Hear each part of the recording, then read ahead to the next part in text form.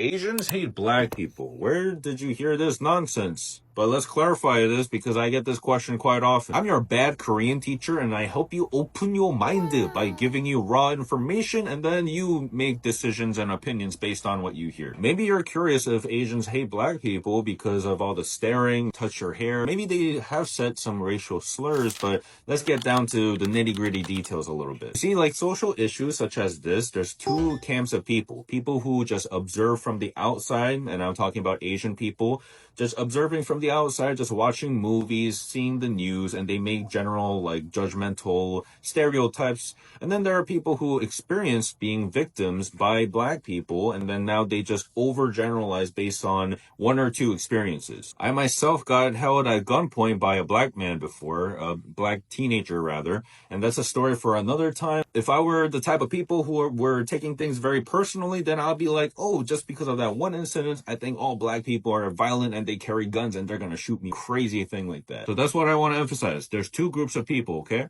Observing from the outside, one or two incidents, and they overgeneralize. Historically, have you ever heard of rooftop Koreans? These were Koreans who had to defend their local stores back in 1992 because of the riots that were happening back in 1992. And in the defense of the black community, they were looting any store that was local, and it just happened to be that there were a lot of Korean-owned stores. However, it doesn't change the fact that these looters were destroying the stores. These stores were the livelihood of these local Korean store owners because they just recently immigrated to America and that was their means of survival. Another more recent case is in 2020 when the pandemic hit and everybody was saying it was the China virus. Here in the East Coast where I am, I heard about this a lot. A lot of Asian people were getting pushed onto the train tracks. Hate crime specific incidents because of that virus. And I myself have become a victim of this too, where my coworkers were asking me if I eat bats.